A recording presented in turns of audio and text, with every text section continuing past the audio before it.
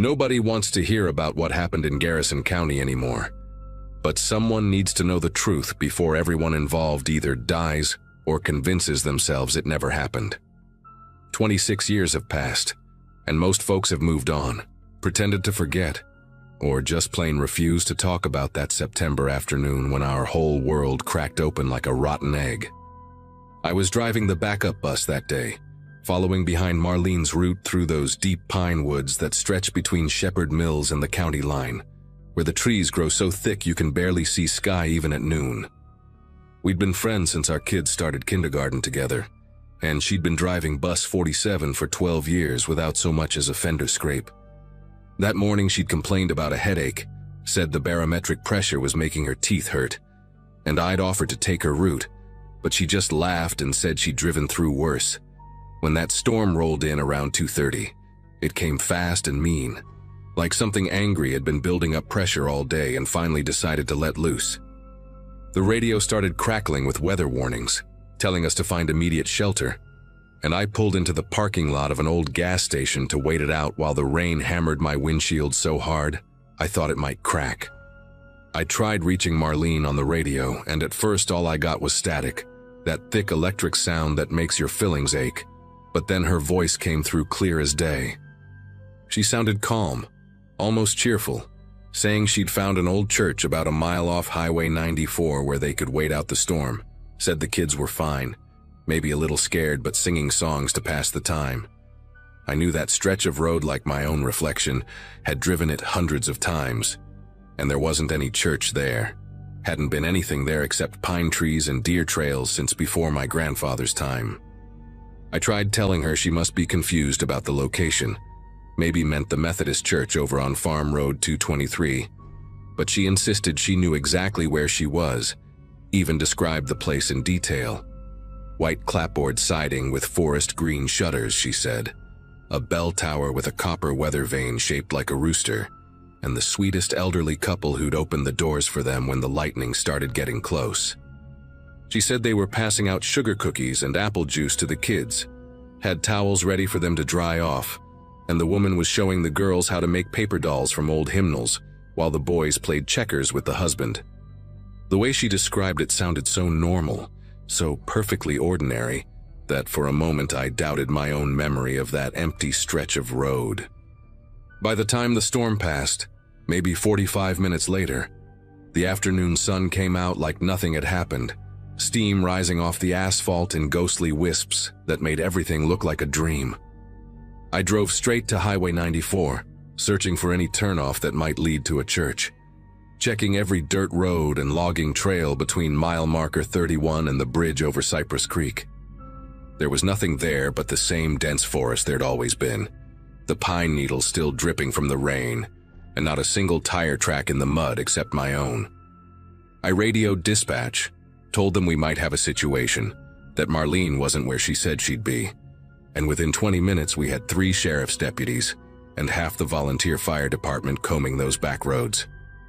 We searched until the sun started sinking behind the trees, painting everything the color of rust, and that's when Deputy Holland's voice came over the radio, shaky and strange, saying they'd found the bus. It was parked on an old logging road 15 miles from where Marlene said they'd stopped, so deep in the woods that the search helicopter almost missed it even with all the lights on. The bus was just sitting there, engine off, emergency door hanging open like a broken jaw, perfectly aligned between 2 rows of loblolly pines, as if someone had carefully threaded it through the trees. Holland said Marlene was in the driver's seat, eyes wide open but not seeing anything, not responding to anyone, her hands still gripping the wheel so tight they had to pry her fingers loose one by one. The kids who were still on the bus, 8 of them, were sitting in their assigned seats like nothing was wrong, humming the same tune in perfect unison, some old hymn nobody could quite place. They stopped the moment the deputies stepped aboard, turned their heads in sync like they were all connected by the same string, and smiled these identical little smiles that Holland said made his chest feel too tight. The thing that made everyone stop talking, stop breathing almost, was when they did the head count and came up 3 short. Kevin Hartley, age 7, blonde kid with a gap between his front teeth who loved dinosaurs and always sat in seat number 4. Melissa Crawford, 9 years old, wore thick glasses and carried a purple backpack covered in butterfly stickers. And Anthony Vega, 8, the kid who'd won the district spelling bee just the week before and never went anywhere without his lucky baseball cap. Their seats were empty, but the other kids acted like they were still there, leaving spaces for them when they lined up, talking to the empty air beside them like they were having conversations. When Sheriff Morrison asked where their classmates went, all 8 kids said the exact same thing at the exact same time, word for word, like they'd rehearsed it. They stayed with the nice people because they weren't done with their cookies yet. They brought in child psychologists from Houston, experts in trauma and mass hysteria, people with degrees from schools I'd never heard of who used words like shared delusion and collective false memory syndrome. But none of them could explain how 8 kids from different families, different backgrounds, could tell the exact same story down to the smallest detail. They all described the same elderly couple.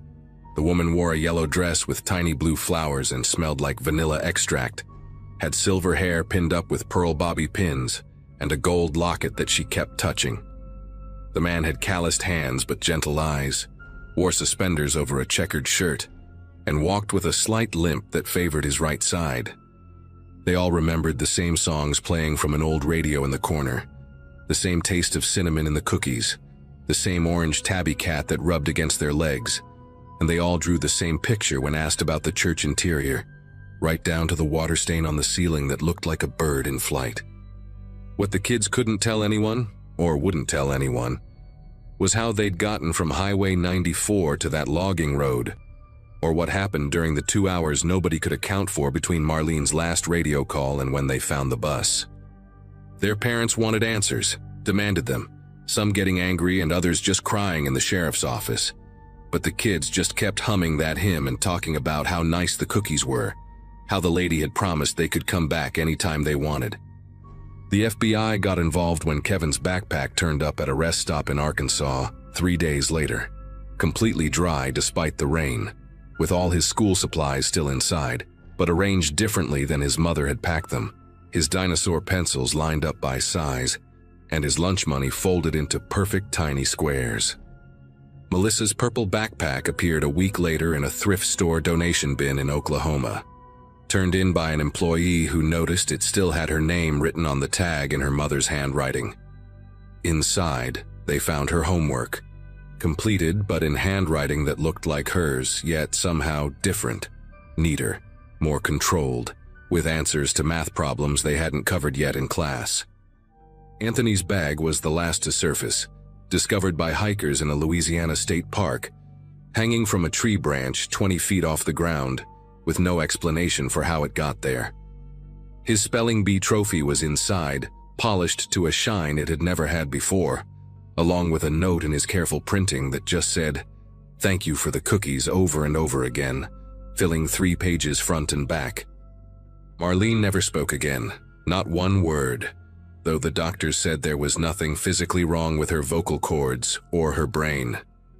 She'd sit in her room at the county psychiatric facility, moving her lips like she was having conversations with someone, gesturing with her hands and sometimes laughing at jokes nobody else could hear. Her husband brought her home after 6 months, said he'd rather have her there even if she couldn't talk, and she lived another 4 years before her heart gave out one night, peaceful in her sleep. The night she died, her husband said she'd been more animated than usual, kept pointing at the corner of the room and smiling, mouthing words he couldn't understand. And just before midnight, she spoke her first and last words since that September day, clear as spring water. "They're here for me now." The 8 kids who came back seemed fine at first, went back to school, played with their friends, did their homework. But their parents noticed things that made them call each other late at night, whispering their fears like sharing them might make them less real. All 8 kids would stop what they were doing at the exact same time each day, 2:47 in the afternoon, and stare off into space for exactly 3 minutes, lips moving silently. They'd wake up at night and stand at their windows, waving at something in the darkness, and when asked who they were waving at, they'd just say, "The nice people," and go back to bed.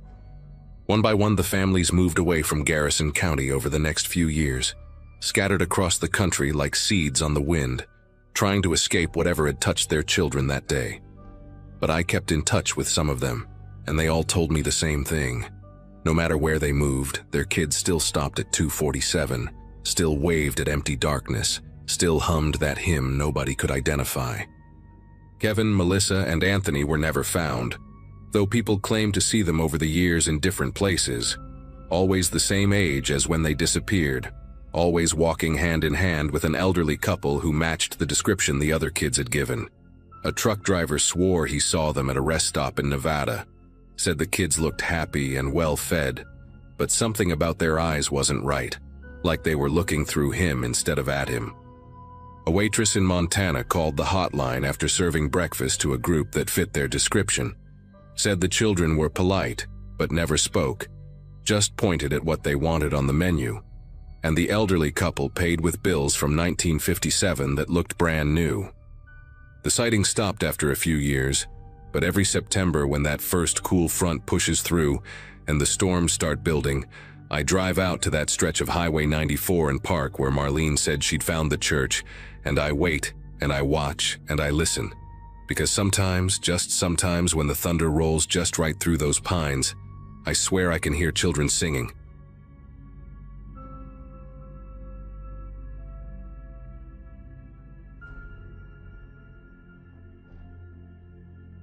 February in West Texas feels like the edge of the world, especially when you're standing on 60 acres of scrubland watching tumbleweeds roll past your dead uncle's ranch house. I just turned 34 that winter, burned out from a decade of coding in Austin, watching my marriage fall apart over 70-hour work weeks and promises I never kept. When Uncle Frank's lawyer called about the inheritance, it felt like the universe throwing me a lifeline. A remote ranch outside Marfa where I could code in peace, no traffic, no office politics, just wide open spaces and the kind of quiet that makes you hear your own heartbeat. Frank had lived out there alone for 20 years after retiring from the oil business, and though we weren't close, he'd always sent birthday cards with crisp $100 bills inside, signed in his shaky handwriting. Wallace showed up my second day there, driving a rust-covered Ford that looked older than me, wearing overalls that had seen better decades. He lived on the next property over, he said, about 5 miles down the dirt road that connected our ranches to the main highway. Tall and lean with sun-damaged skin and pale blue eyes, he had this way of standing too still when he talked, like a scarecrow that had learned to speak. He helped me figure out the well pump that first week, showed me how to work the generator when the power went out, even brought over a casserole his wife had made, though I never saw any wife. Said he'd been friends with Frank for 15 years, checked on him regular-like, especially toward the end when Frank's health started failing. I was grateful for the help, honestly, trying to juggle my remote software job while learning how to manage a property that seemed determined to fall apart. About 3 weeks in, I was cleaning out the barn when I found them. 4 trail cameras, the expensive kind hunters use, tucked behind old paint cans and rusty tools on a shelf. The batteries were dead, but the memory cards were still inside. I figured Frank had used them to watch for coyotes, or maybe catch whoever had been stealing gas from the tank near the road. I brought them inside that evening, popped the SD cards into my laptop while waiting for code to compile. The first camera had normal stuff, deer wandering through, a family of javelinas, the occasional roadrunner. But the second camera made me set down my coffee mug and lean closer to the screen. The timestamp showed 3 years ago. The camera positioned inside the house pointed at a hallway. There was Wallace, clear as day, walking down Frank's hallway at 2 in the morning, moving with the confidence of someone who knew exactly where they were going. My first thought was maybe Frank had given him a key for emergencies. Made sense for an elderly man living alone. But then I clicked through more footage. Wallace appeared week after week, always between midnight and 4 a.m., always moving through the house with that same casual familiarity.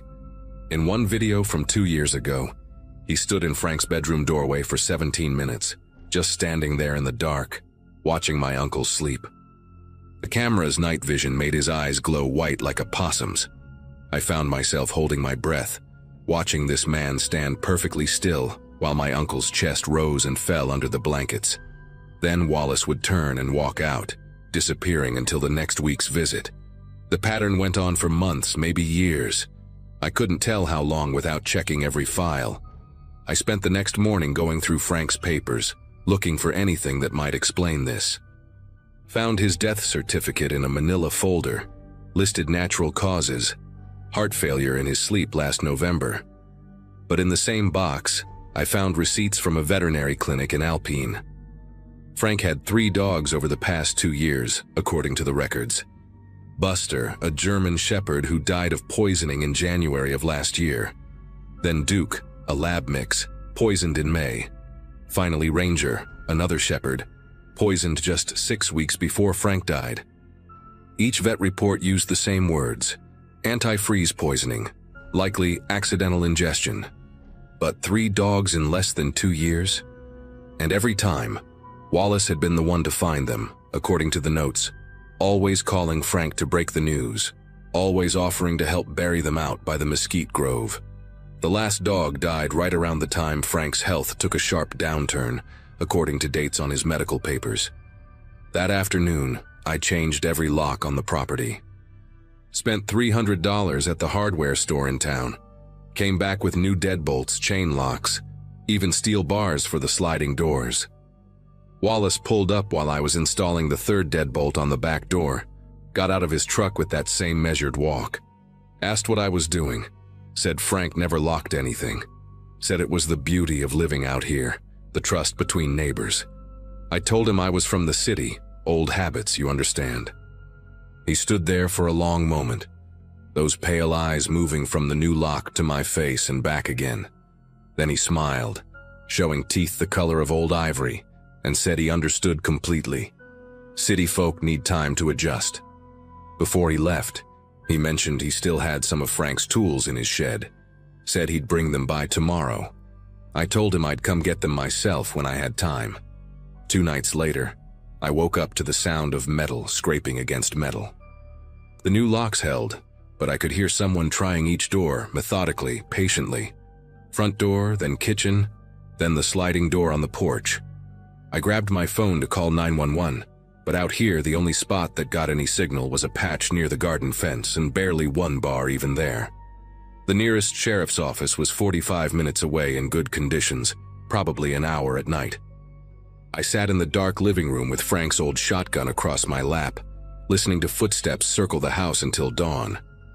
When the sun came up, I found fresh boot prints in the dirt under every window, and the new lock on the barn had scratches around the keyhole. Someone had tried to pick it but gave up. The barn had always given me an odd feeling anyway, something about the way it sat too low on its foundation, like it was hiding something underneath. I decided to search the barn properly that morning. Every corner, every old feed bin and storage area. Behind a false wall made of rotting plywood, I found a trap door with a padlock that my new keys didn't fit. Used a crowbar to break it open, and the smell that came up made me gag. Mothballs and mildew and something else, something organic and wrong. The ladder down was sturdy, newer than anything else in the barn. At the bottom was a storm cellar I never knew existed. Concrete walls lined with plastic sheeting. There was a camping cot with blankets that looked recently washed, canned goods with dates from this year, jugs of water, a chemical toilet. Someone had been living down here and recently. On a card table in the corner sat 3 photo albums and a stack of spiral notebooks. My stomach turned to ice when I opened the first album. Every page was filled with pictures of Frank, hundreds of them taken from outside windows, through doorways, from behind trees. Frank eating breakfast, Frank watching TV, Frank sleeping in his chair on the porch. The notebooks were worse, page after page of Wallace's cramped handwriting, dating back years. Detailed logs of Frank's daily routines, what time he woke up, what he ate, when he went to town, who he talked to on the phone. Then the tone shifted about 2 years ago. Wallace started writing about how Frank had promised him the ranch, how they'd made a deal years before, how Frank was going to leave it all to him since he had no family who cared. Except that was a lie, because I existed, and Frank knew it. The entries got darker, more frantic. Wallace wrote about the dogs being obstacles, about how they barked too much, alerted Frank to his nighttime visits. He described mixing antifreeze into meat scraps, leaving them where only the dogs would find them. The final entries, from just before Frank died, were the worst. Wallace wrote about patience, about waiting, about how old men die in their sleep all the time, especially when they're already sick, especially when they take heart medication that can be so dangerous if the dose is wrong. I grabbed the notebooks and albums, my legs shaking as I climbed back up the ladder. Needed to get to town, to the sheriff, show them everything. But when I emerged from the barn, Wallace's truck was parked behind my car, blocking me in. He was leaning against the driver's side door, arms crossed, that scarecrow stillness back in his posture. He didn't say anything at first, just watched me standing there with his journals clutched in my arms. Then he sighed, long and disappointed, like I was a student who'd failed an easy test. Said he'd hoped I'd be smarter than Frank.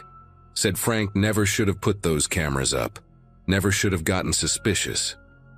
His hand moved to his pocket, and I saw the outline of something heavy there. He told me we needed to talk about the future of the ranch, about what Frank really wanted, about how things were going to be. I ran, dropped everything and sprinted toward the house, hearing his boots pounding the dirt behind me. Made it inside, slammed the door, threw the deadbolt just as his body hit the wood. While he pounded on the door, I grabbed my laptop, my car keys, and Frank's shotgun, then climbed out the bedroom window on the opposite side of the house, circled around through the mesquite trees, staying low, thorns tearing at my clothes. Wallace was still at the front door when I reached his truck. The keys were in the ignition, just like you'd expect from someone who thought they owned the place already.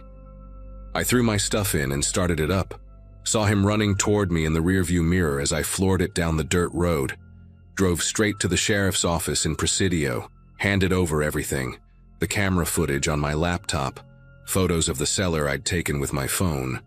They arrested Wallace that afternoon at his property, found more evidence in his actual house, including Frank's missing will that left everything to me, not him. Wallace got 25 to life for murder, though they could only definitively prove what he'd done to Frank, not what he might have been planning for me. I sold the ranch 6 months later to a young couple from Houston who wanted to raise goats. Never told them about the cellar under the barn, figured they'd either find it or they wouldn't. Sometimes I dream about those 17 minutes of footage, Wallace standing in Frank's doorway, perfectly still in that green night vision glow, just watching and waiting. I work from my apartment in Dallas now, triple-check my locks every night, and always keep my phone charged. People ask me sometimes why I didn't stay on the ranch, why I gave up all that space and freedom.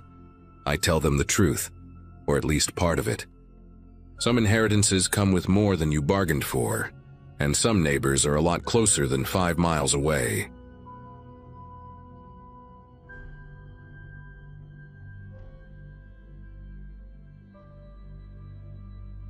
My boots left perfect impressions in the cracked mud where Lake Buchanan used to be. 60 acres of dried lake bed that hadn't seen water in 2 years. Environmental consulting meant I got paid good money to measure how fast Texas drought was destroying everything, taking soil samples and calculating erosion rates, while the sun cooked me alive through my long-sleeve field shirt. 4 days into mapping the Western Basin, I'd already filled 3 notebooks with measurements, and my truck had a 1/4 inch of dust on the dashboard despite keeping the windows up. The reservoir used to be deep enough for weekend boaters and drunk college kids on spring break, but now it was just me, my equipment, and miles of exposed earth that looked like the surface of Mars. I'd been photographing these strange circular patterns where whirlpools must have formed during the last drainage, when my boot caught on something hard beneath the silt. At first glance, it looked like trash, or maybe old camping gear from when this was still waterfront property, but trash doesn't have a ribcage. The western shirt had faded to the color of weak tea, pearl snap buttons still catching the afternoon light, and the bones underneath were the yellowish brown of old ivory. A wallet chain ran from the belt loops, disappearing into what remained of denim jeans, and the skull rested sideways with its jaw unhinged like it was screaming at the ground. Finding dead cattle happens all the time out here, and I once stumbled across a coyote that had been dead so long it was basically mummified. But human remains hit your nervous system differently. Your brain starts calculating how long this person's been missing, who might have been waiting for them to come home, whether they died before or after the water disappeared. I backed away slowly, pulled out my satellite phone with fingers that wouldn't stop trembling, and made the call to county dispatch while standing upwind from what I'd found. The sheriff arrived 40 minutes later with 2 deputies and a crime scene photographer who looked ready to pass out from the heat before he even got his camera out. Sheriff Colton was one of those Texas lawmen who'd probably been wearing the same size uniform for 30 years. Belly hanging over his belt, sweat stains permanent fixtures under his arms. He took one look at the body and started making calls to Austin for a forensics team, muttering about how this was going to be a jurisdictional nightmare since the reservoir crossed 3 county lines. While we waited, I showed them my field notes, explaining I'd been contracted by the state to document erosion patterns, that I had permits to be out here, that the landowner knew I was working the area. Colton kept nodding, but his eyes were scanning the lake bed, and I saw his expression change when he spotted something about 30 yards from where we stood. "Stay here," he told me, but of course I followed anyway, keeping my distance while he and the deputies approached what turned out to be another body, this one partially buried under a collapsed section of bank. Then they found another one 50 feet away, wearing what looked like a disco-era polyester dress. By the time the forensics team arrived from Austin, we'd flagged 17 different sites, bodies scattered across a quarter-mile of exposed lakebed, like someone had been using the reservoir as their personal cemetery for decades. The forensics team leader, a woman named Diane who wore her hair in a tight bun despite the heat, told me they'd need my documentation of the area, my photographs showing the water levels from old surveys, anything that might help determine how long these people had been down here. She had this controlled way of talking that reminded me of how doctors deliver bad news, professional but human enough to keep you from completely falling apart. What made everything worse was the cards. Each body had one, sealed in plastic like a driver's license, tucked into a pocket or what remained of a purse. They all had different Bible verses printed on them in this old-fashioned typewriter font, verses about judgment and punishment, and casting out the wicked. Diane showed me one that read, "For the wages of sin is death," in faded red ink, the lamination yellow with age but still protecting the card after what must have been decades underwater. The oldest body they could roughly date by the clothing looked to be from the early 60s, a woman in a shift dress and pillbox hat like she'd walked straight out of a Kennedy-era magazine. The newest one, though, that's what made everyone stop talking for a minute, because the newest one was wearing clothes you could still buy at Target, modern athletic wear with the tags intact, the kind of moisture-wicking fabric that hadn't even existed until a few years ago. Sheriff Colton pulled me aside while the forensics team worked, asked if I knew who owned the land around the reservoir. I told him it was mostly Gary Whitman's ranch, thousands of acres his family had owned since before the reservoir was even built. The Whitmans were old Texas money, cattle and oil, the kind of family that had a law firm on retainer and donated enough to local campaigns that nobody asked too many questions about their business. Colton's jaw tightened when I mentioned Gary's name, and he asked if I'd had any contact with him since I'd been working out here. Just once, I told him, when Gary had stopped by my work site 2 days earlier in his pristine white truck, asked how long I'd be surveying, made small talk about the drought and beef prices. He'd been friendly enough, even offered me water from his cooler, but he'd also taken pictures of my license plate with his phone, said it was for his insurance records in case anything happened on his property. They kept me there until almost midnight, taking my statement 3 different times while portable lights turned the lake bed into something from a horror movie. I watched them bag evidence and mark locations, listened to Diane directing her team with the efficiency of someone who'd seen too many crime scenes to be shocked anymore. When they finally let me leave, Colton walked me to my truck and suggested I might want to finish my survey work somewhere else, maybe take on a different contract for a while. But I had 2 more weeks of work scheduled, data the state needed for their drought management plans, and I wasn't going to let some old murders chase me away from a job I was being paid to complete. Besides, whoever had done this was probably long dead themselves, considering how old some of those bodies were. That's what I kept telling myself on the drive back to my motel in Brownwood, AC blasting to combat the way fear makes you sweat even when you're cold. The next morning I drove out to the Whitman Ranch instead of the reservoir, figuring I should at least let Gary know what had been found on the edges of his property. The main house sat about 3 miles back from the highway, one of those sprawling limestone structures with a metal roof and wraparound porches that probably cost more than most people make in a lifetime. Gary's truck was parked out front, but it was his mother who answered the door. A woman in her 70s with hair dyed the color of wheat and fingernails painted the exact shade of blood. She said Gary was out checking cattle but invited me in for iced tea. Insisted, actually, with that southern politeness that doesn't really give you a choice. The living room was all leather and dead animals, mounted deer heads and a full-body black bear that had probably never lived within 500 miles of Texas. And she sat me down across from a wall of family photos dating back to when photography was done on tin. Mrs. Whitman talked about the drought while she poured tea from a crystal pitcher, how it was killing their stock tanks and forcing them to truck in water for the cattle. She asked about my work, seemed genuinely interested in soil composition and erosion rates, but her eyes kept drifting to the window like she was waiting for something. Then she mentioned she'd heard about the bodies at the reservoir. News travels fast in small counties, and wasn't it just awful what people would do to each other? The way she said it, casual like discussing weather, made the hair on my neck stand up. She walked over to an old secretary desk and pulled out a photo album, started showing me pictures of the ranch from before the reservoir was built, when her father-in-law ran things. There was a small chapel in several photos, built from the same limestone as the house, with a cross on top that looked handmade from railroad spikes. "That old chapel is still standing," she said, turning pages with those blood-red nails, though nobody uses it anymore since my father-in-law passed 5 years back. He was a man of profound faith, held services there every Sunday for the ranch hands and anyone else who needed salvation. She showed me a photo of him, a giant of a man with hands like shovels and eyes that seemed to follow you even from a 60-year-old photograph. He had very specific ideas about sin and redemption, especially concerning women who'd lost their way. Traveling women, you understand, the kind who drift through towns without family or purpose. He considered it his ministry to offer them guidance. The way she emphasized certain words made my throat tight, and I found myself calculating how many steps it would take to reach the front door.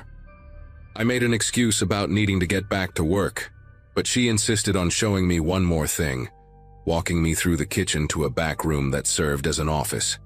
The walls were covered with framed documents, land deeds, and cattle certificates, but what she wanted me to see was on the desk, a stack of old journals bound in cracked leather.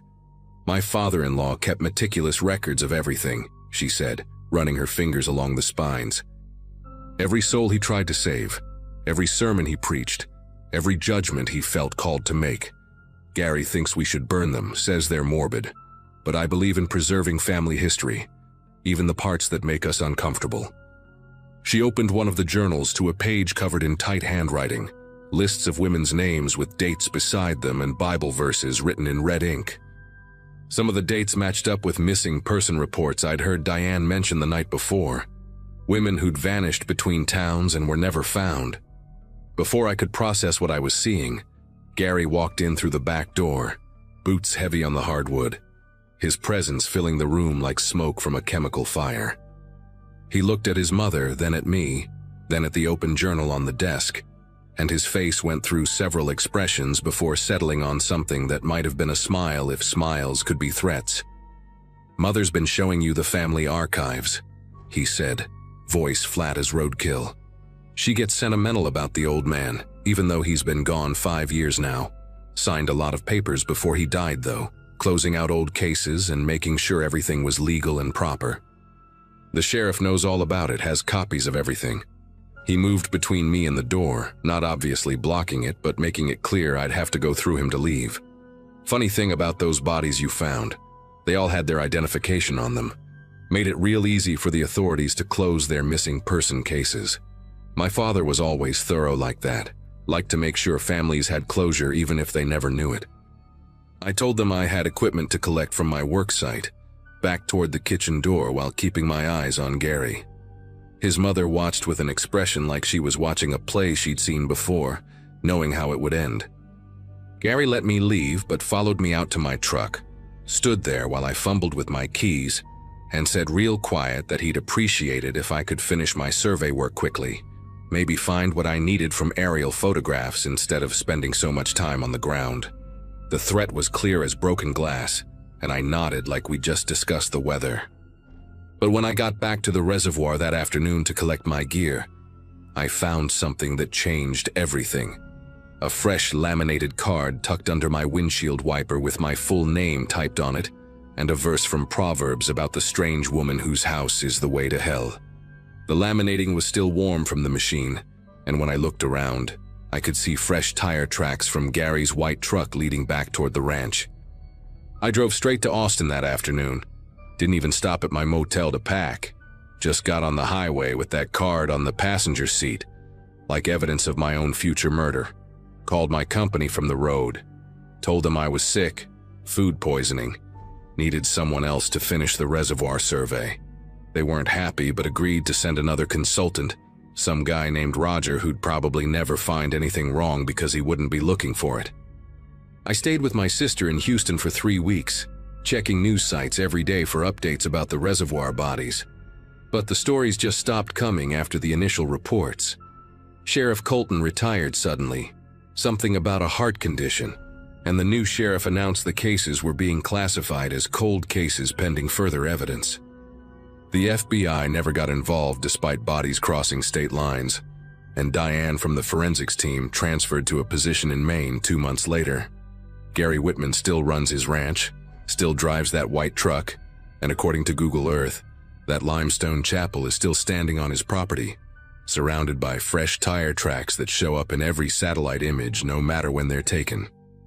I never went back to environmental consulting, got a desk job with the state reviewing other people's field reports, and I still check missing person databases sometimes, looking for women who disappeared near small Texas towns, wondering if the drought will reveal more of them when the next reservoir runs dry.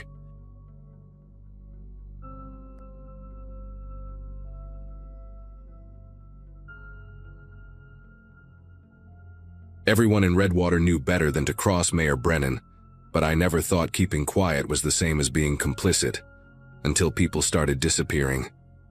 I ran the only hardware store in town, been there since my dad passed it down to me 15 years ago, right around when my son Brett was born, and I figured a small town in West Texas would be the perfect place to raise a family.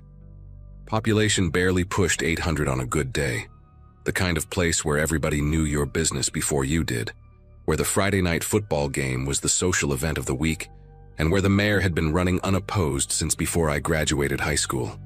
Mayor Brennan wasn't just influential, he was Redwater, had his fingers in everything from the water board to the school district, and folks either loved him or learned to keep their opinions to themselves. It started with old Bill Hawkins back in March, though nobody connected the dots at first. Bill had gotten up at the monthly town meeting, red-faced and shaking his finger, demanding to know why his property taxes had doubled when half the streetlights on his block didn't even work. Mayor Brennan had given him that practiced smile, the one that never quite reached his eyes, and promised to look into it personally. 2 weeks later, Bill's truck was found abandoned on Route 67, keys still in the ignition, wallet on the dashboard, and Bill was just gone. Sheriff Coleman called it a medical episode, said Bill probably wandered into the desert confused, maybe early dementia, even though Bill was sharp as a tack and could still beat anyone at chess down at Murphy's Diner. Then there was Maria Gonzalez in April, the woman who ran the bakery on Main Street, and made the mistake of questioning why the mayor's construction company got the contract for the new school renovation without any competitive bidding. She was passionate about it too, brought spreadsheets and everything, showed how the town could save almost $200,000 going with an outfit from Midland. Mayor Brennan had thanked her for her diligence, said the council would review her findings carefully, and even complimented her on the cookies she'd brought to the meeting. 3 weeks after that meeting, Maria's sister came in my store crying, said Maria had left a note about needing to take care of a sick relative in Mexico, except Maria didn't have any relatives in Mexico. Her whole family had been in Texas for 4 generations. By June, when Carl Hendricks stood up to complain about the suspicious rezoning of farmland that just happened to border the mayor's ranch, I started paying attention to the pattern. Carl was a big man, worked oil rigs half his life before settling down to farm, not the type to just up and leave. But 17 days after that meeting, his wife came into my store, eyes hollow and voice flat, told me Carl had taken a job opportunity up north, said he'd send for her and the kids once he got settled. She bought rope and duct tape that day, paid cash, didn't look me in the eye once, and when I asked if everything was all right, she just nodded real slow and walked out like she was in a trance. I decided to install security cameras in July, told my wife Nancy it was for insurance purposes after that break-in over in Coleman County. Really, I wanted to see who was coming and going, wanted to document things, maybe catch something that would prove I wasn't going crazy. The cameras went up easy enough, 8 of them total, covering every angle of the store inside and out. Plus, I put 2 extra ones at home, one facing the driveway and another watching the front door. The system recorded everything to a hard drive in my office, and I could check the feeds from my phone, which seemed like overkill for a hardware store in a town where most folks didn't even lock their doors. But something in my gut told me to be thorough. For weeks, the cameras showed nothing unusual, just the regular flow of customers, delivery trucks on Thursdays, and the occasional cat crossing the parking lot at night. But then in early August, Tom Ashford made the mistake of questioning the mayor's new water restrictions at the town meeting, specifically why the golf course was exempt when local ranchers were being fined for watering their cattle. Tom was young, maybe 30, had just taken over his dad's ranch and hadn't learned the unspoken rules yet. Mayor Brennan's response was different this time.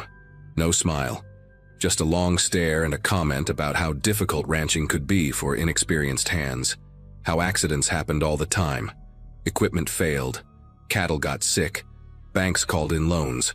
I started checking my cameras obsessively after that meeting, especially at night, and on the 19th day after Tom's confrontation, at exactly 3:47 a.m., I saw them. 3 unmarked white vans, no plates, no company logos, just white metal and tinted windows creeping down Oak Street where Tom lived. I sat there in my boxers staring at my phone screen, watching these vans stop in front of Tom's house. 4 men got out of each van, 12 total, all wearing identical black clothes, moving with military precision. They didn't break down the door, didn't smash windows. They just stood there for a moment, and then Tom's front door opened like they had a key, like someone had let them in, and they walked inside calm as could be. 23 minutes later, they came back out, Tom walking between them with this blank expression, not fighting, not struggling, just walking like he was sleepwalking. His wife followed behind, carrying their baby, same empty look on her face, and they all got into the middle van.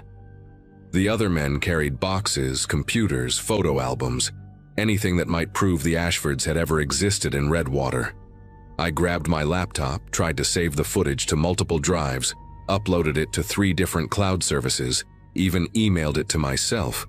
But when I went to check the files the next morning, they were all corrupted, just static and digital noise, except for the original on my store's hard drive. I drove to my store at 5 that morning, didn't even shower, just threw on yesterday's clothes and drove with the windows down to keep myself alert. The moment I walked through the back entrance, I knew someone had been there. Nothing was stolen, nothing was broken, but things were wrong in small ways that only I would notice. The stack of paint cans I'd arranged by color was now arranged by size. The key to the storage room was on a different hook, and my office door, which I always left exactly half open, was now wide open. My computer was still on, showing the camera feeds, But when I checked the recordings from the night, there was a gap, 43 minutes missing between 2:15 and 2:58 a.m., right before the vans would have passed by my store on their way to Tom's house. My son Brett came home from school that day talking about these friendly men who'd visited during lunch, said they were from some state education board, checking on student welfare or something. They'd pulled him aside, asked him about his home life, his dad's work, whether I ever talked about town politics at dinner, whether I seemed stressed lately. Brett thought it was weird but figured it was just government bureaucracy. Except these men knew details, mentioned the exact model of security camera I'd installed, asked if I'd been having trouble with the storage devices, suggested that sometimes people who get too curious about their neighbor's business could put their families at risk. Brett laughed it off, said he told them I just sold hammers and nails, nothing exciting. But the way he looked at me when he told the story, I could see he was scared. That night, I couldn't sleep. Just sat in the living room with my laptop, watching the camera feeds, the hard drive with Tom's abduction footage hidden inside an old paint can in the garage. Nancy kept asking what was wrong, but how could I tell her that our mayor was disappearing people, that we were probably next? Around 2 in the morning, she finally gave up and went to bed, and I must have dozed off in my chair because I woke up to my phone buzzing with a motion alert from the front door camera. The timestamp said 3:03 a.m., and when I opened the app with shaking fingers, the screen showed my front door wide open, swaying gently in the night breeze. But the camera inside the house, the one that should have shown who opened it, that feed was just black. I ran upstairs, checked on Brett first, then Nancy, both still asleep, breathing normal, doors locked from the inside. But when I went back downstairs, there was a single sheet of paper on the kitchen table that hadn't been there before, pristine white with typed text. Your family seems lovely, especially Brett. Such a bright future ahead of him. The town meeting is next Monday. We trust you won't have any concerns to raise about recent departures. Sometimes the best hardware stores are the quiet ones. No signature, no letterhead, but I didn't need one. I burned that paper in the sink, packed what we could fit in the truck, and we left Redwater that same morning, told Nancy and Brett we were visiting my brother in Colorado, just a spontaneous family trip. We never went back, and when I called a cousin 2 months later to ask about the store, he said it had burned down in an electrical fire, along with all the security equipment inside, and Mayor Brennan had personally overseen the cleanup, making sure nothing dangerous was left behind.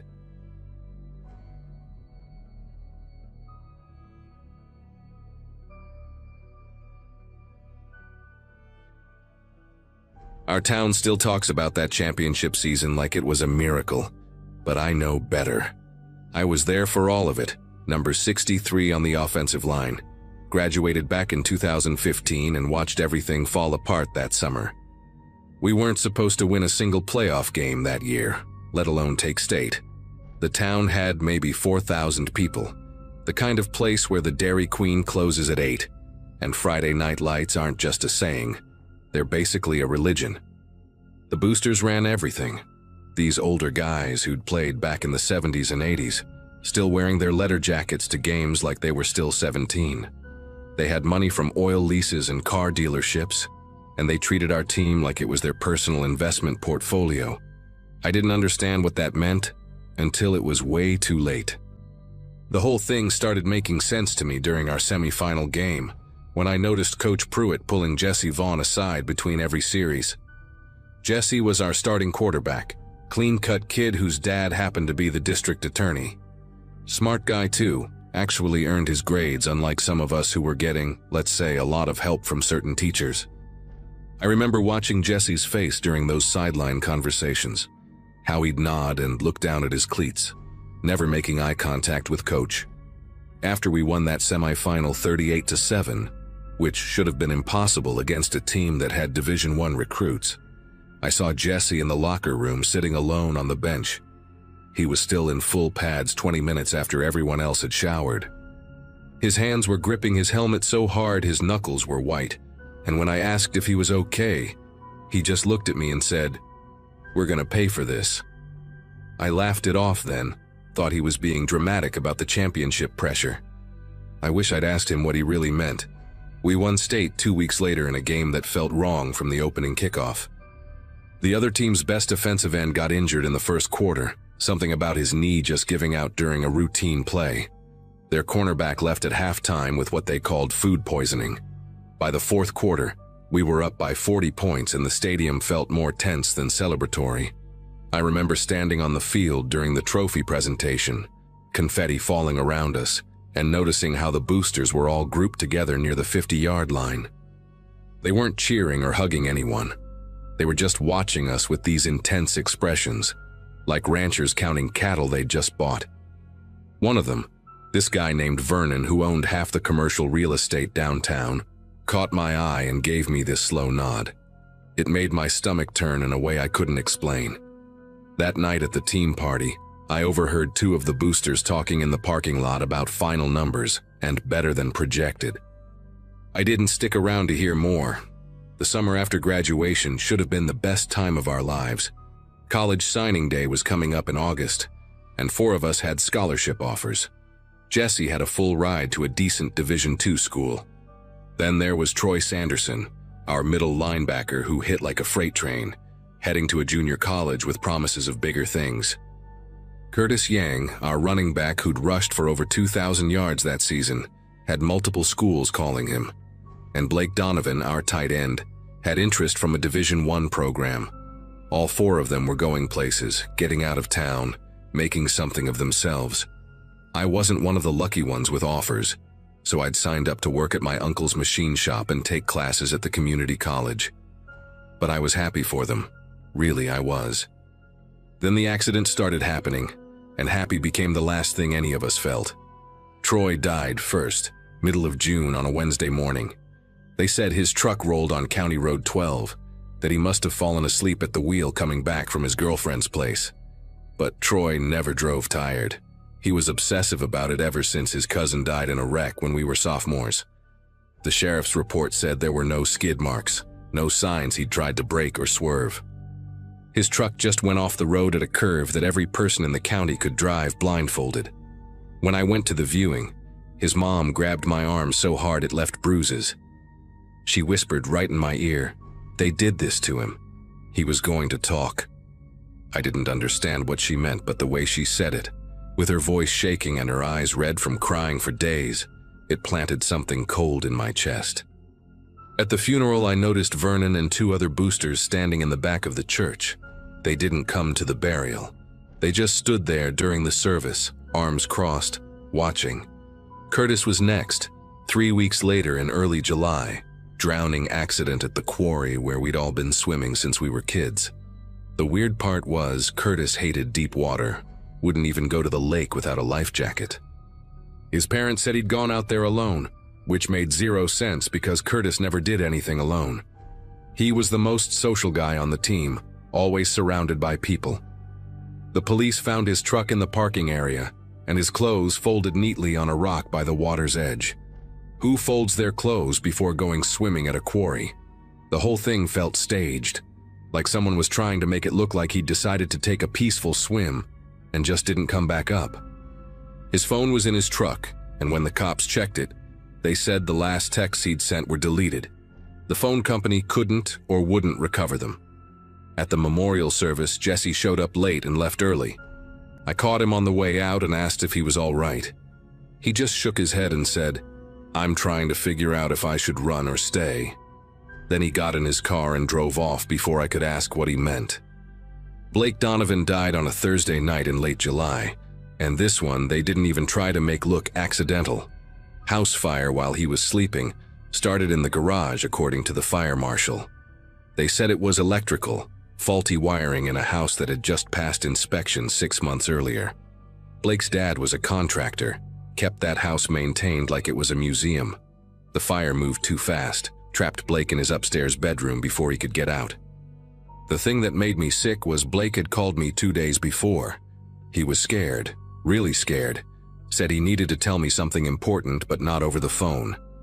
We were supposed to meet at the batting cages on Friday. He never made it.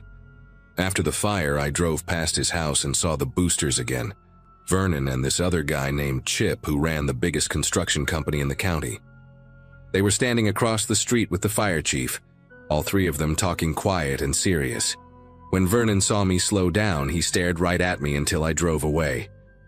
That night I couldn't sleep, kept thinking about Troy's mom saying they did this, about Curtis's deleted texts, about Blake's phone call.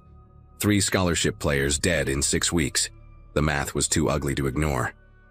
Then on a Saturday morning in early August, Blake's little brother knocked on my door at 6 in the morning. The kid was 14, skinny, still in his pajamas. He'd ridden his bike 4 miles to my house. He handed me a USB drive and said Blake had given it to him the week before he died. Told him if anything happened to hide it and only give it to someone he trusted. The kid chose me because I used to help Blake with algebra homework, and his brother said I was a good guy.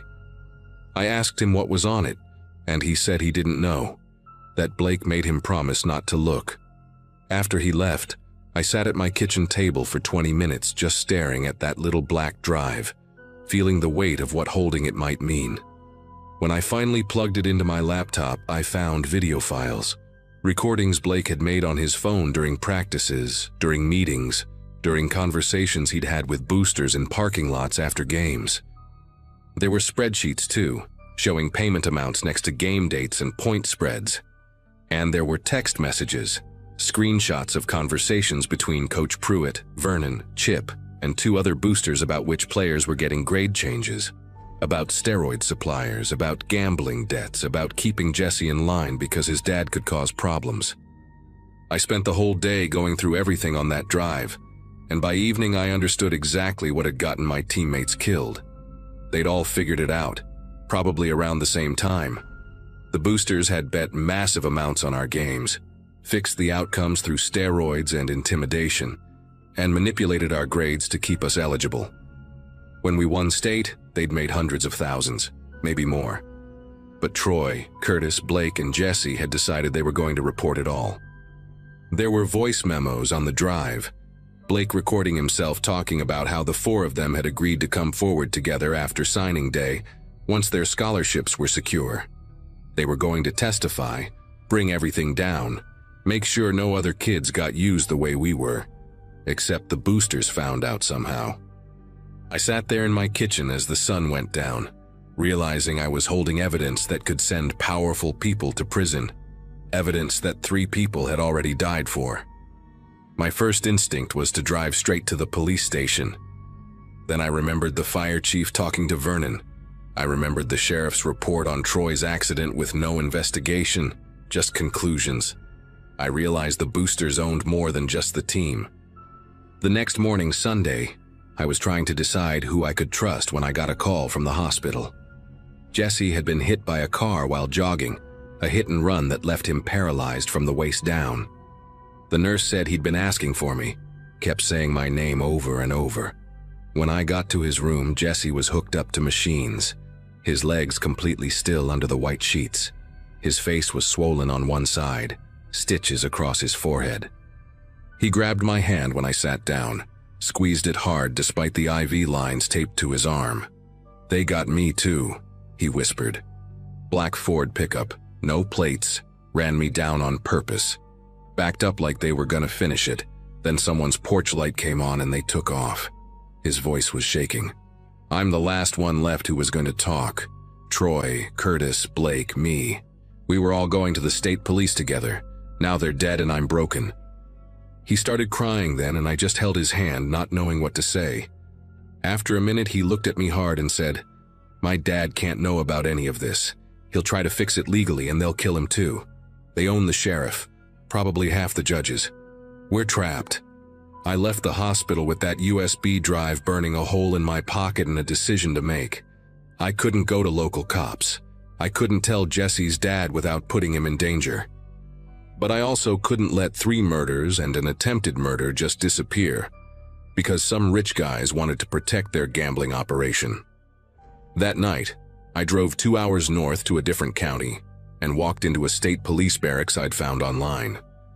I asked for the detective unit and told them I had evidence of multiple homicides connected to organized crime. They put me in a room with 2 investigators, a woman named Detective Barnes and her partner. I handed them the USB drive and told them everything. They listened for 3 hours, took notes, made copies.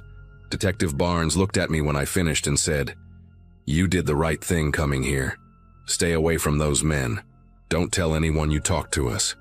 They said they'd open an investigation quietly, that it would take time to build a case that could stand up against people with money and connections.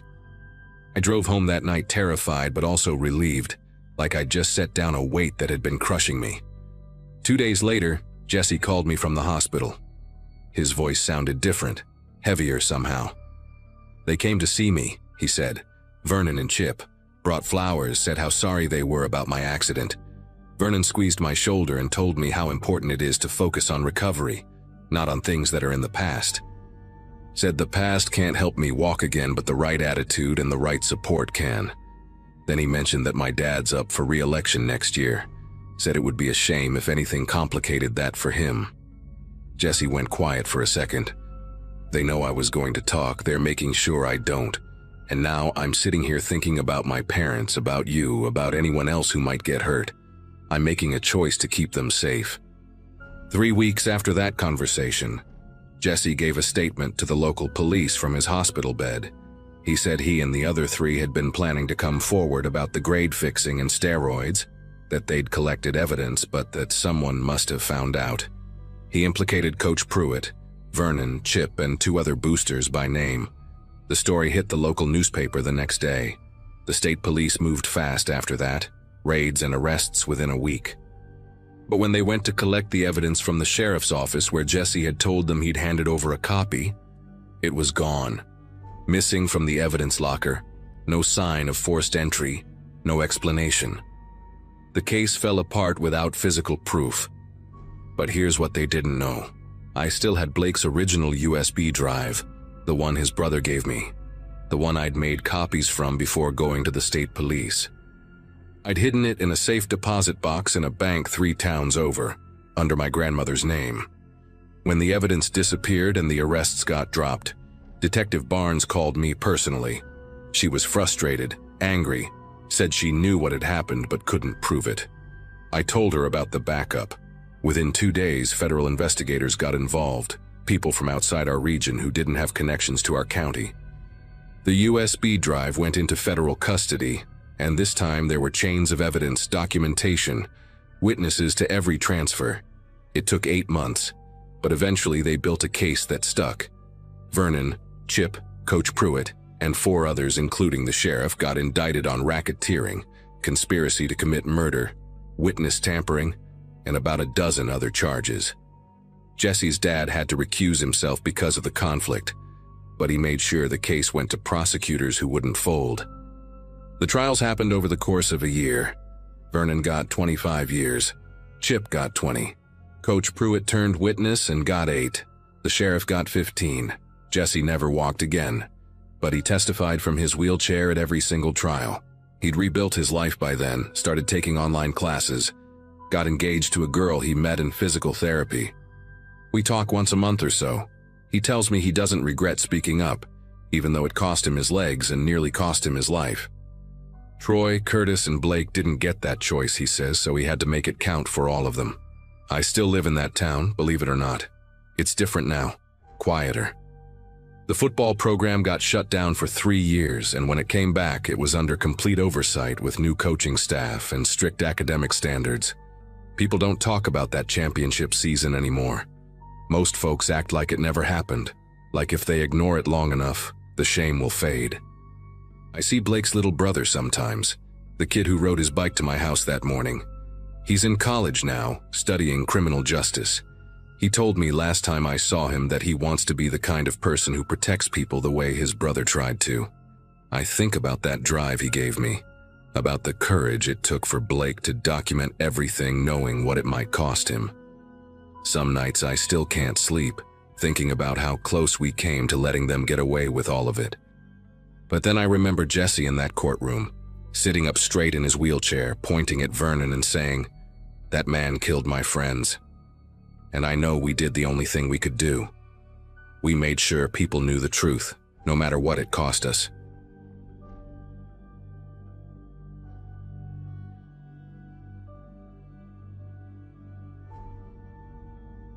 Journalism was supposed to be about truth, about holding power accountable. That's what they told us in college anyway. When I graduated from Northwestern in 2014, I had these grand ideas about investigative reporting, about making a difference. Instead, I spent 5 years covering city council meetings in suburbs outside Chicago, writing about zoning disputes and school board drama. When the position opened at the Harrisville Gazette in January 2023, I jumped at it. Small-town Nebraska, population 3,200, but it was a real reporting job. I'd be covering county government, agriculture, local business, real stories, the kind that mattered to people's lives. I packed everything I owned into my Subaru and drove west, watching the landscape flatten into endless fields. Harrisville sat in Douglas County, right in the heart of farm country, where the economy lived and died by rainfall and crop prices. The Gazette office was a converted storefront on 2nd Avenue, just me, the editor Phil Kendrick, and a part-time photographer named Joyce who also did layout. Phil was maybe 60, with reading glasses perpetually perched on his forehead and coffee stains on every shirt he owned. He seemed relieved to have help, even if I was just some kid from the city who didn't know soybeans from corn. The desk I inherited belonged to someone named Catherine Moss. Phil mentioned it casually my first day, showing me where she kept her source files, her contact lists, her half-finished articles saved in folders organized by topic. Katie was with us for 11 years, he said, pulling open drawers, showing me her system. Good reporter, real good. She died in a car accident last November, about 2 months back. Single vehicle collision on Route 14, heading home from a county meeting. Rolled her car 3 times. He said it matter-of-factly, the way you describe weather. I noticed he didn't quite meet my eyes when he talked about it. The desk still had her things in it. Reporters' notebooks filled with shorthand I couldn't decipher. Business cards rubber-banded together. A coffee mug that said, "Journalists do it," in quotes. I felt strange sitting there, using her computer login that Phil had reset for me, like I was inhabiting someone's ghost. The town itself seemed pleasant enough at first. Downtown had that scrubbed, desperate charm of rural places trying not to die. A diner called Rosie's Place, where everyone knew everyone. A farm supply store, a dollar store, 2 churches, a bar called the Grain Elevator that I'd later learn was where the real business of the county happened. People were friendly in that Midwestern way, but there was something underneath it, something tight around the eyes. I figured it was just economic anxiety. The drought had been brutal for 3 straight years. Farms were struggling. That much was obvious from the foreclosure notices I had to typeset for the legal ads section. My first month was uneventful. I covered a county commissioner meeting where they discussed road maintenance budgets. I wrote about the high school basketball team making regionals. I interviewed the owner of the feed store about rising costs. Standard small-town reporting, the kind where you learn who matters by who talks to whom after meetings. The commissioners were typical local politicians, a retired farmer named Eugene Pratt, a woman named Dorothy Chen who ran the hardware store, and the chair, a guy named Warren Gilmore. Gilmore was the one everyone deferred to. Mid-50s, tall. With silver hair he kept perfectly trimmed and expensive boots that didn't match the rest of his outfit.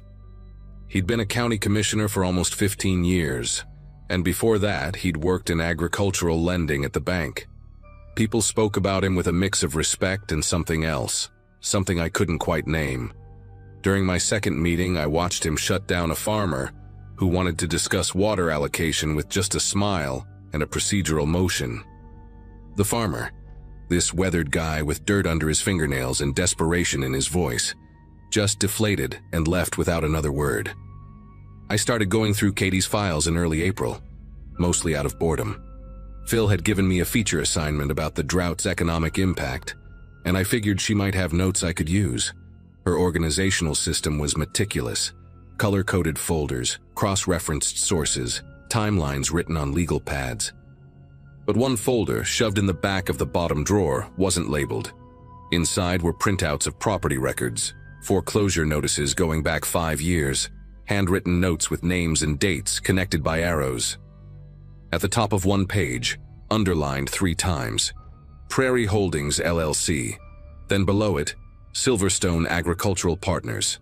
Below that, Meridian Farmstead Group. All shell companies, from what I could tell. And next to each one, in Katie's handwriting, same registered agent. Same address. Why? I pulled out my laptop and started searching. The registered address for all three companies was a mailbox place in Lincoln, one of those UPS store locations. The registered agent was a lawyer named Herbert Quinn who specialized in business formation. Nothing illegal about that, technically. Lots of investors use LLCs to buy property. But something about the pattern bothered me. I cross-referenced the properties these companies had purchased with the county GIS maps. 14 farms, all acquired in the last 4 years. All in foreclosure. All in the western part of the county, near where the aquifer ran deepest. The next page in Katie's folder made my stomach turn. She'd written a list of names with dates next to them. Robert Finch, August 2022, suicide. Paul Weaver, January 2023, suicide. Dennis York, October 2022, suicide. 4 names total. All farmers. All had lost their properties to foreclosure. All had taken their own lives within months of losing their land. I knew farm suicides were a real problem, especially during economic downturns. The stress, the debt, the generational shame of losing family land. But 4 in 18 months, all in the same county, all following the same pattern? Katie had circled one name, Robert Finch.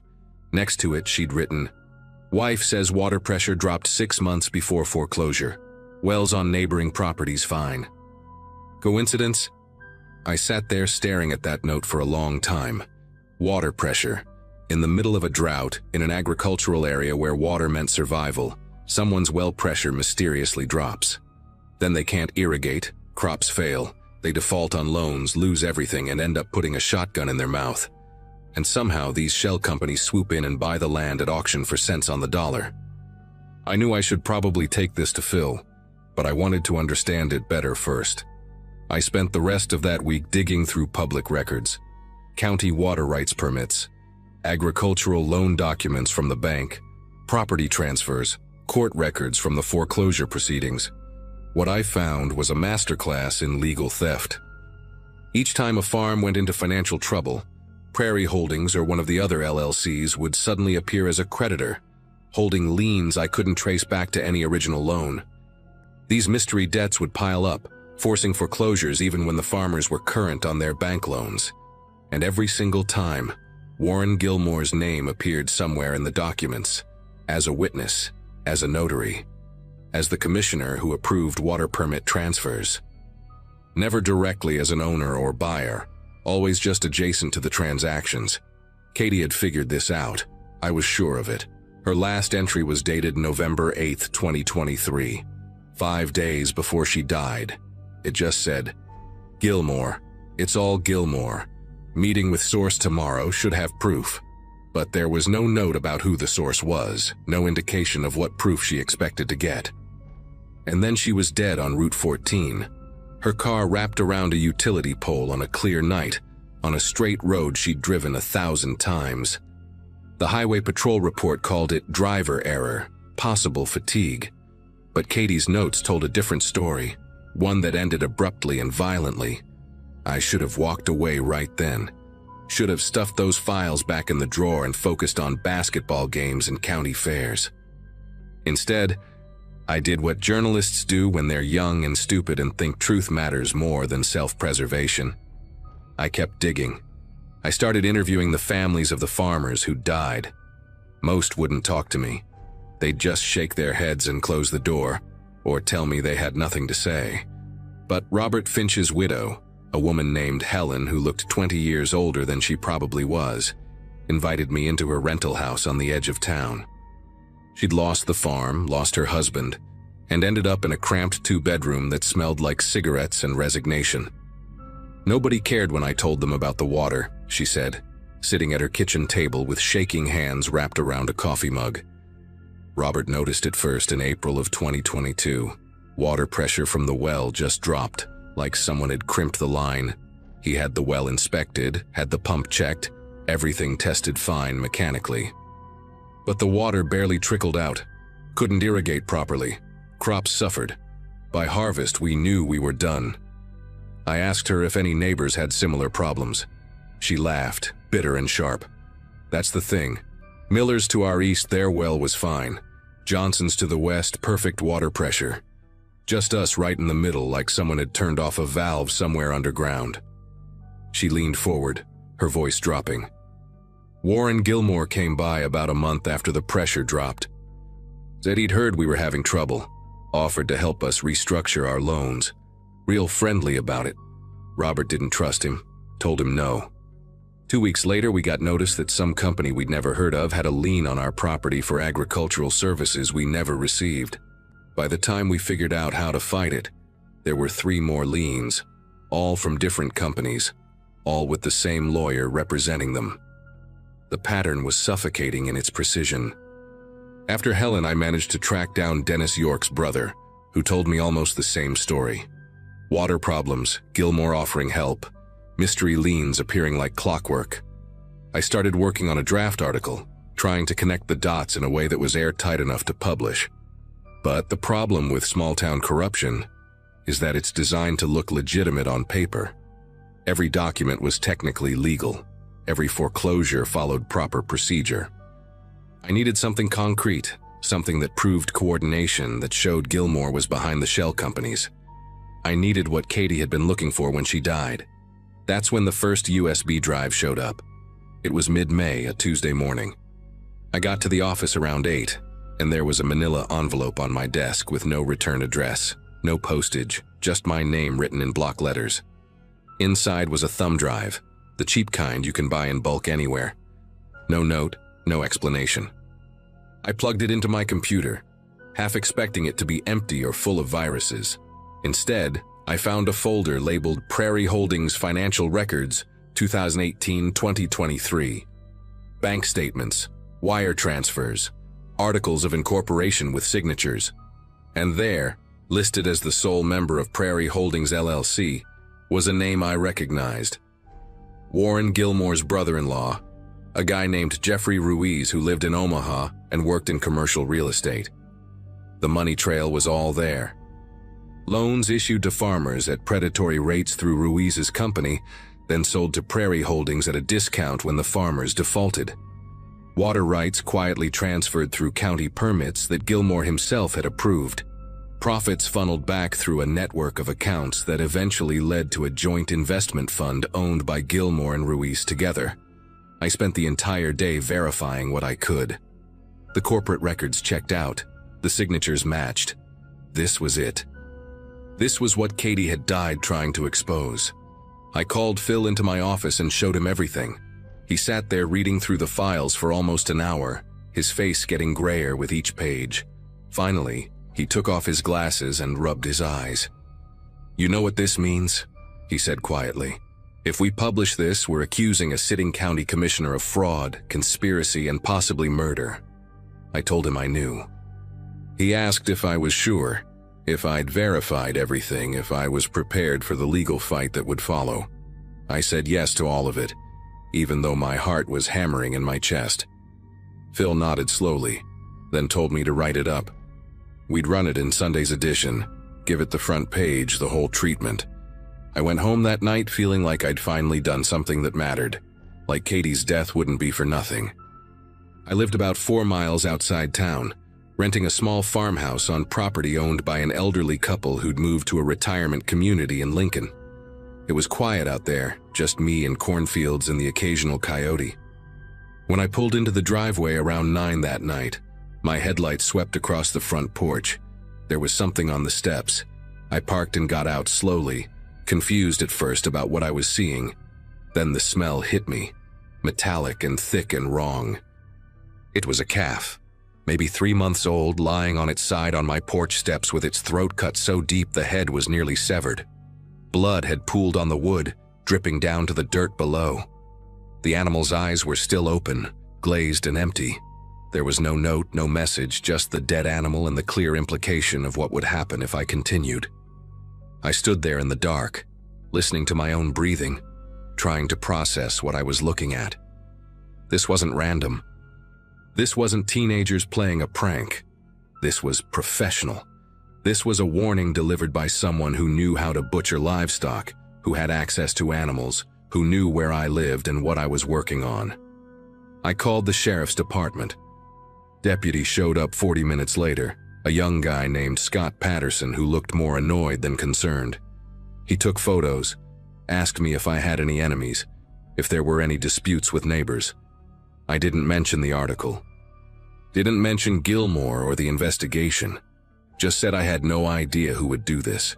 He told me it was probably kids, maybe someone who didn't like outsiders, that I should get a security camera. Then he left, and I was alone with a dead calf on my porch and the growing realization that someone very dangerous knew exactly what I was doing. I cleaned up the blood myself that night, hosing down the steps until the water ran clear, then dragging the calf's body to the tree line and covering it with a tarp. I didn't sleep, just sat in my living room with every light on, watching the windows, wondering who was watching me back. The next morning I told Phil what happened. He went pale, actually pale, like the blood had drained straight out of his face.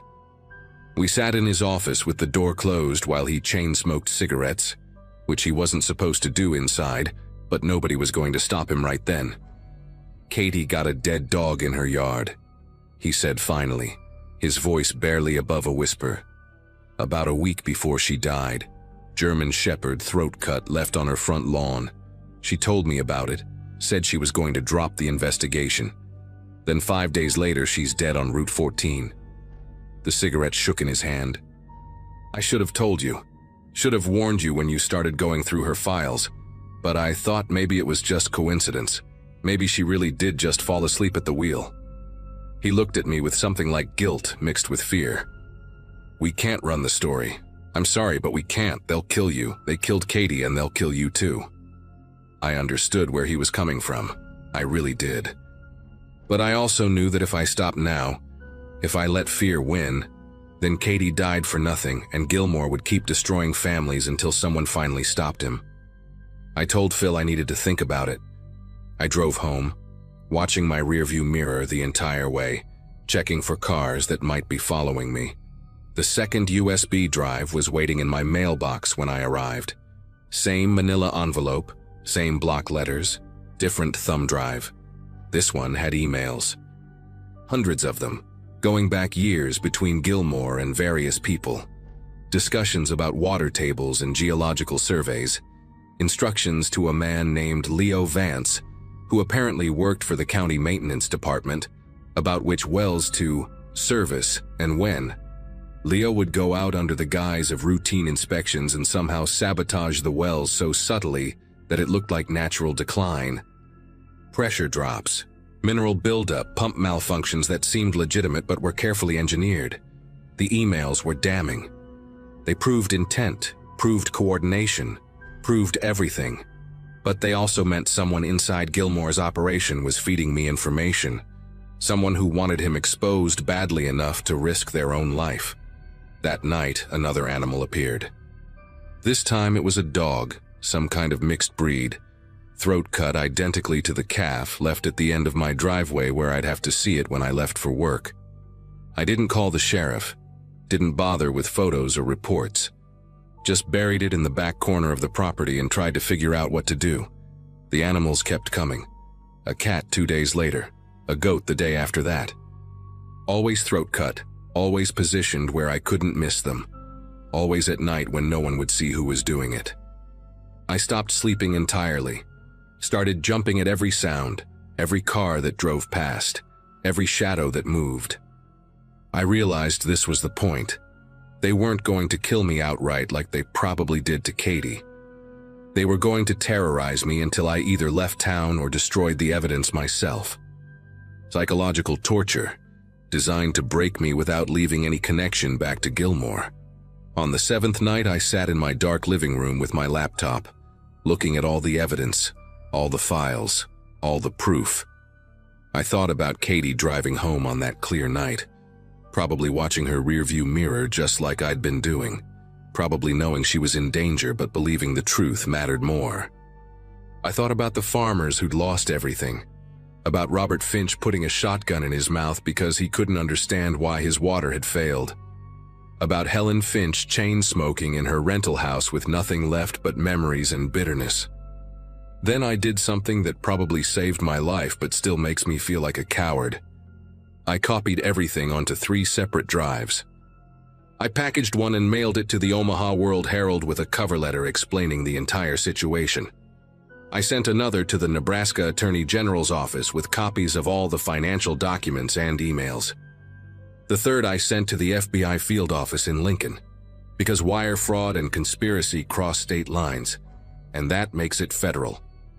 Then I wrote a short article for the Gazette, not the full investigative piece I'd planned, just a basic news story saying that documents had been provided to state and federal authorities regarding potential corruption in Douglas County land acquisitions, and that investigations were pending. I included no names, no details, nothing that would be legally actionable, just enough to put it on record that the information existed and had been distributed. Phil ran it on page 3 of that Sunday's edition, buried between a church fundraiser announcement and an obituary. The animals stopped appearing after that, just stopped, like someone had flipped a switch. I think they realized the intimidation had failed, that killing me at that point would only draw attention to what I'd sent out. For 3 weeks, nothing happened. I went to work, wrote boring articles about city council meetings, tried to pretend my hands didn't shake every time I heard a car door close outside. Then the FBI showed up in Harrisville. 4 agents in suits, meeting with county officials, requesting documents, interviewing people. Warren Gilmore hired a lawyer from Lincoln, one of those expensive ones who specialize in white-collar defense. The investigation took 8 months. They arrested Gilmore in January 2024, along with Jeffrey Ruiz and Leo Vance, the county maintenance guy who'd been sabotaging the wells. Federal charges: conspiracy to commit wire fraud, extortion, racketeering. The state piled on charges related to abuse of public office and falsifying official documents. The trial was in Omaha, lasted 5 weeks, and ended with guilty verdicts on nearly every count. Gilmore got 18 years in federal prison. Ruiz got 12. Vance took a plea deal and got 6 years in exchange for testifying against the others. The farms they'd stolen got tied up in asset forfeiture proceedings, eventually returned to the families, or sold at auction with proceeds going to the victims.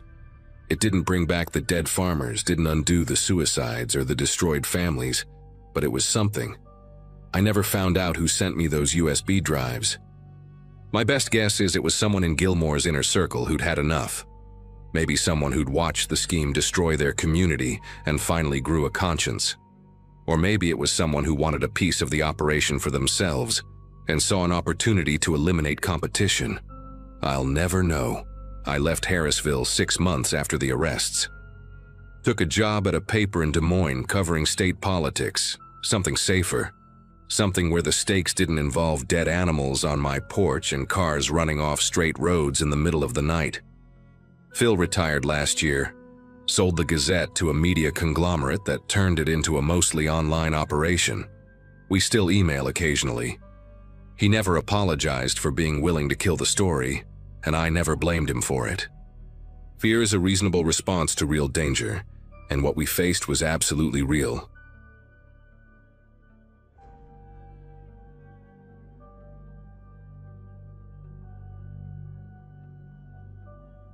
The assignment came at a moment when I felt like I needed distance from people, so the idea of spending half a year in the big thicket sounded almost comforting.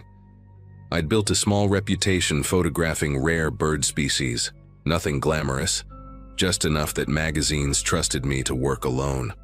That first week in the cabin felt peaceful in a strange, heavy way, like the woods were studying me while I was studying them. The place sat on a narrow clearing surrounded by pine and undergrowth so dense it looked like walls. The elderly couple who rented it to me, Harold and June, lived a mile deeper in the trees, their place resting on an uneven patch of ground with a leaning porch and a wind chime made of mismatched silverware. They told me their son handled all the paperwork but lived in town, though they never clarified where. I didn't think much of it at the time. My days were spent hiking to wetlands and shadowed creeks, trying to catch glimpses of warblers and kites, coming back exhausted but satisfied. The first odd thing I noticed was my tripod.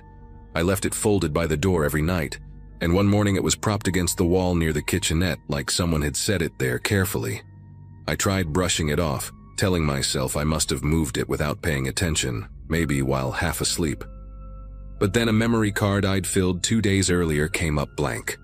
All the files were gone. No corruption, no formatting error, just wiped clean. I started keeping the cards in a small tin under my mattress, thinking maybe humidity had messed with them, though deep down I didn't believe that. Every morning I stepped onto the porch and saw footprints in the damp soil. Not boots, bare feet, wide and oddly flat, like someone walked with their toes gripping the earth. They circled the cabin in a loose, drifting path, looping close to my windows before disappearing toward the thicker brush behind the property. To get a better idea of what was happening while I slept, I set up a few motion-activated trail cameras at different angles around the cabin. The first night they didn't capture anything unusual, just a raccoon nosing around my fire pit. But on the second night, one camera caught a man standing between two pines barely visible, almost blending into the shadows. He wasn't facing the cabin exactly, but turning his head slightly like he was listening for something. His posture was stiff, arms hanging in a strange, heavy way. I didn't recognize him from anywhere, and when I zoomed in, the details made my skin crawl in a way I couldn't explain. The face looked slack, but the eyes seemed fixed on something behind the camera. When I showed the image to Harold and June the next morning, they exchanged a look so quick I almost missed it. June kept smoothing the front of her apron, while Harold insisted wildlife cameras often distort shapes and trick the eyes, though I hadn't mentioned the figure's shape or posture. The following nights, the cameras captured the same man again and again. Each time he appeared a little closer to the cabin, standing in different positions, behind the woodpile, near the back corner, beside the rain barrel. He always stood still, facing slightly away, as if pretending not to look at the cabin while clearly inching toward it. The fourth image nearly made me drop my tablet. He was right at the tree line, maybe 20 feet from my porch rail, his clothes wrinkled and smeared with dirt. That was also the first time I recognized him. There was a framed photo in Harold and June's living room of a younger man holding a fishing rod, smiling wide with his eyes squinting against the sun. The man in my photos had that same face, only drained of warmth and years older. Their son. The one they claimed lived in town. The one they mentioned only in short, dismissive comments like they were trying to keep him sealed behind glass. When I walked to their place the next morning, the air felt strangely still, as if the woods were waiting to hear what I would say. Their home always carried a faint smell of cedar and something medicinal, and I remember how June's hands kept fidgeting with the edge of a dish towel while Harold guided me to the small kitchen table. I told them I recognized the man from their photo, that he'd been around my cabin for days. The silence that followed felt heavy enough to crush my breath. June finally spoke, her voice thin and brittle, saying their son Daniel had died 10 years earlier in a hunting accident somewhere beyond the eastern ridge. She shared it like a rehearsed story, one she'd said many times yet hated repeating. Harold nodded along, staring at the wood grain of the table instead of looking at me. The problem was, the Daniel in my trail cam photos didn't look like someone gone a decade. He looked very much alive and very much present. I asked if anyone else could have been in the woods, maybe a relative who resembled him, maybe a neighbor passing through. They both shook their heads insistently. Harold said people didn't wander around this part of the forest without a reason, especially at night. Their certainty made my arms tense like my body was bracing for something it couldn't yet name. When I asked if I could see a picture of Daniel a little closer, June hesitated, then rose to retrieve the same frame I'd noticed earlier. The moment she set it in front of me, I felt a jolt. Not fear exactly, but the unsettling recognition that the differences between the photo and the man on my camera weren't random aging. His hair, in the photo, was neatly trimmed. The man outside my cabin had longer, uneven strands that stuck to his temples as though he'd been sweating or running. The shape of his jaw looked a bit sharper now, like he'd lost weight recently. None of it lined up with a decade-old death. I thanked them and left, though their eyes stayed on my back the entire walk down the dirt path. The unease followed me into the afternoon, clinging to each quiet hour. While shooting along a shallow creek bed, I kept replaying everything in my head. The footprints, the wiped memory cards. The tripod moved with such intention it almost felt polite. When I returned to the cabin for lunch, I walked straight into the bathroom to wash my hands and caught something that made my breath hitch. On the counter by the mirror sat a small orange prescription bottle. I hadn't seen it that morning.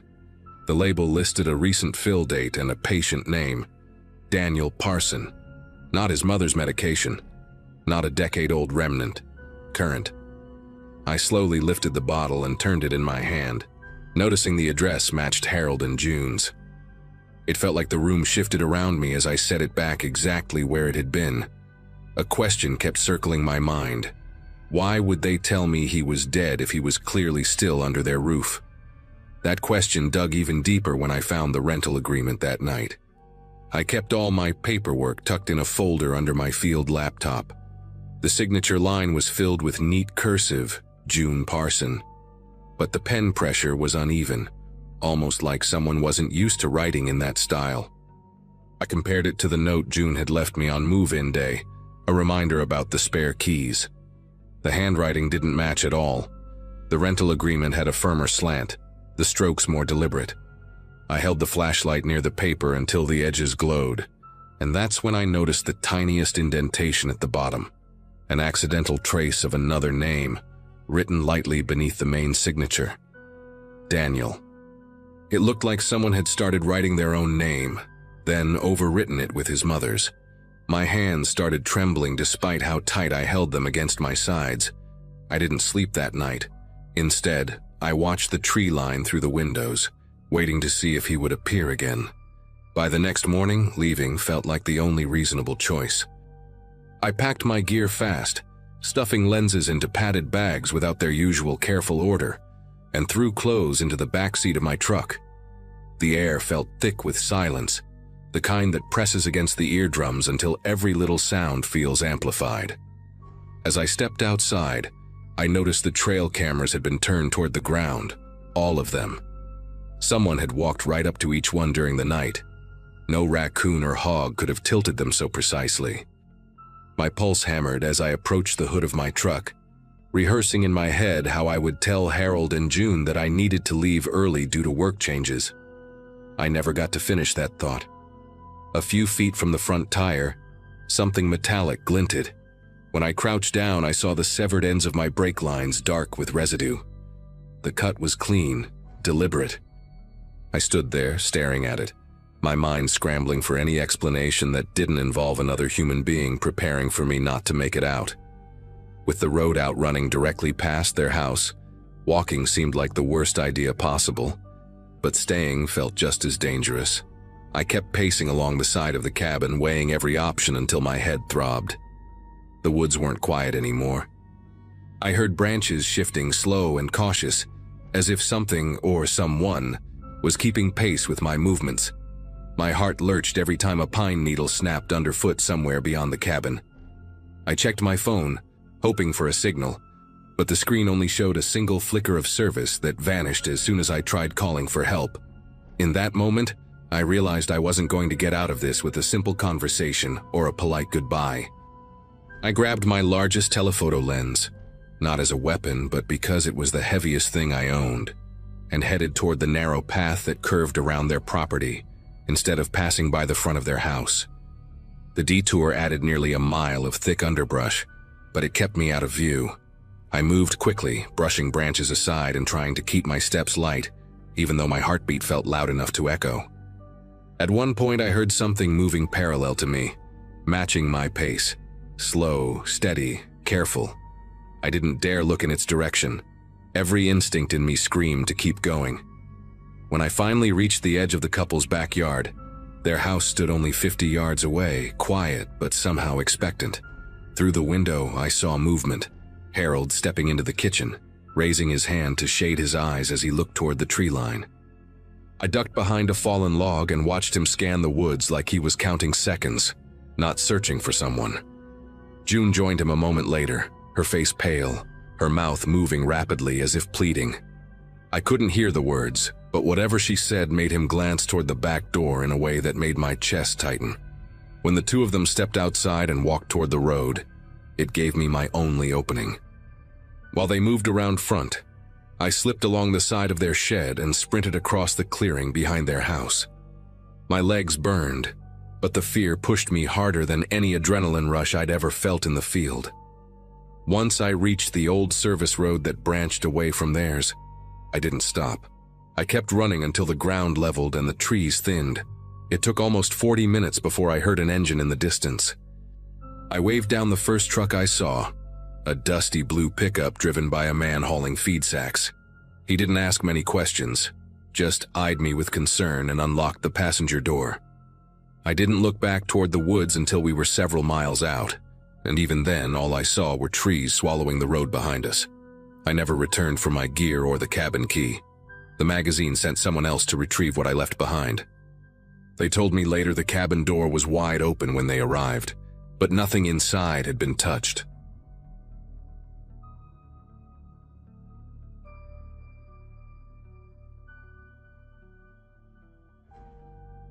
Living in a quiet retirement complex just outside Corpus Christi wasn't part of any plan I ever had, but life nudged me there after my aunt passed away and left me her small condo.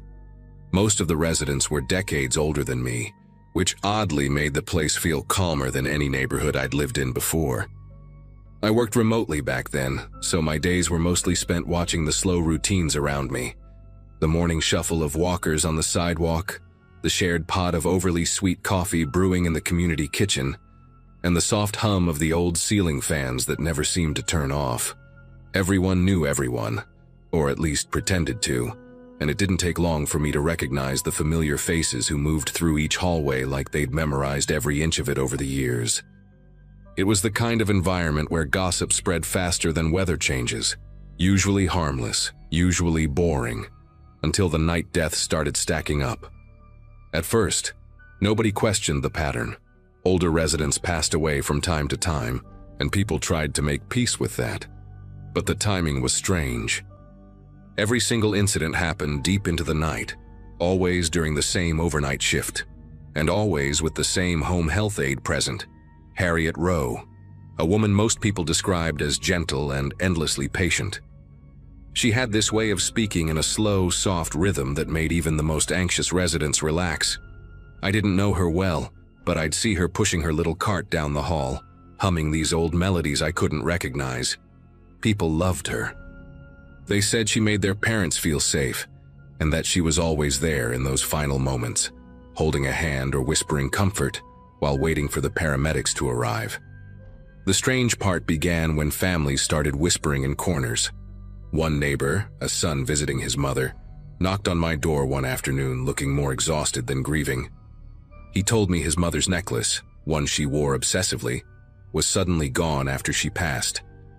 At first he assumed she'd misplaced it, but when he asked staff, they shrugged and said they hadn't seen it. Then another family mentioned a missing ring, then a missing watch, and when a third family discovered paperwork showing a quietly updated life insurance policy naming Harriet as a beneficiary, the tone of the entire complex changed. People didn't openly accuse her, but you could feel the tension whenever she walked into a room, like conversations paused mid-sentence as everyone recalculated their trust. The turning point for me came the night emergency vehicles arrived for the 4th time in 3 weeks. I watched through my window as Harriet stood outside with the responding paramedics, her arms around herself in this trembling posture that felt rehearsed, like she knew exactly where to stand for people to see her grieving silhouette. Later, when I walked down to the common area, I overheard 2 nurses arguing in a whisper, one insisting that the victim had shown no warning signs earlier that day. Another resident mentioned hearing Harriet talking to the man just before he collapsed, her voice carrying through the thin walls in a strangely low and steady tone. By morning, families were demanding answers from the administration, And although nobody said the words out loud, we all felt the same quiet fear tightening inside us. Whatever was happening wasn't natural, and someone among us knew more than they were admitting. Things escalated when a retired pharmacist named Leon Jacobs visited his cousin who lived 2 doors from me. He was the kind of guy who noticed details most people would gloss over, the type who still carried a small notebook even though his hands shook too much to write in straight lines. After his cousin died unexpectedly during Harriet's shift, Leon asked for the medical sheet and raised his voice in the hallway, pointing out numbers that didn't make sense. He kept saying the readings didn't match what someone with stable vitals should look like before a collapse. Staff tried to calm him down, but he wouldn't stop talking about chemical imbalances and how easy it was to hide certain substances in bloodstream reports unless someone looked for them specifically. People brushed him off as a grieving relative clinging to theories, until he brought up potassium chloride. A week later, a family demanded an independent review on their father's cause of death, insisting that nothing about his decline matched his behavior earlier that day. The administration reluctantly agreed to release the body, mostly to avoid confrontation, but the funeral home flagged abnormalities that prompted a deeper look. I remember hearing the news from a neighbor who practically ran to my door, breathless and pale. The medical examiner had noticed signs consistent with an induced cardiac arrest. It wasn't definitive proof of foul play yet, but it was enough to request exhumation orders for other recent deaths. The community turned eerily quiet during those days, as if the silence itself had weight. Even the birds seemed to avoid the courtyard.